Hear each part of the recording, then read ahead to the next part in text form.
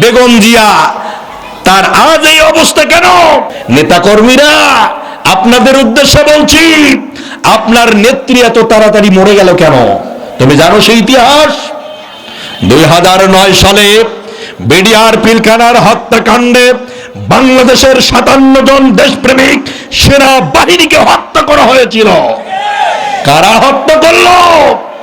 এই আপনার নেত্রী বেগম জিয়া একটি অনুসন্ধান চালিয়েছিলেন। তিনি দেখতে পেয়েছেন ভারতের বর্বরতা, তাদের আগ্রাসন, আর তৎকালীন সময়ের স্বৈরাচারিণী হাসিনার নেতৃত্বে পিলখানায় হত্যাকাণ্ড হয়েছে।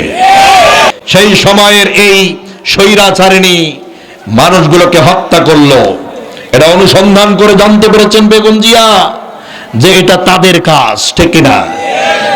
আর শেখের বেডির মাথায় যত চুল, ওর তত কিন্তু ক্রিমিনালি বুদ্ধি। কথা কি ভুল না সঠিক? যত চুল তত তার ক্রিমিনালি বুদ্ধি। সে বুঝতে পেরেছে যদি বেগম জিয়া এই কথাটা দেশ ও জাতির মানুষকে বলে দেয় যে ভারতের আগ্রাসনের কারণে তাদের ইশারায় আমি বাংলাদেশে এই সেনাবাহিনী দেশপ্রেমিক গুলোকে হত্যা করেছি, তাহলে দেশের জনসাধারণ আমার ক্ষমতার আসন থেকে পা ধরে টাইনা আমাকে লাঞ্ছিত করে লন্ড ভন্ড করে ছেড়ে দিবে। এজন্য যেভাবে হোক না কেন বেগম জিয়াকে জেলে ঢুকাও। আপনার ইতিহাস ভুলে যেতে পারেন, আমি ইতিহাস ভুলি না। বেগম জিয়া তিনবারের সফল প্রধানমন্ত্রী বাংলাদেশের ছিল।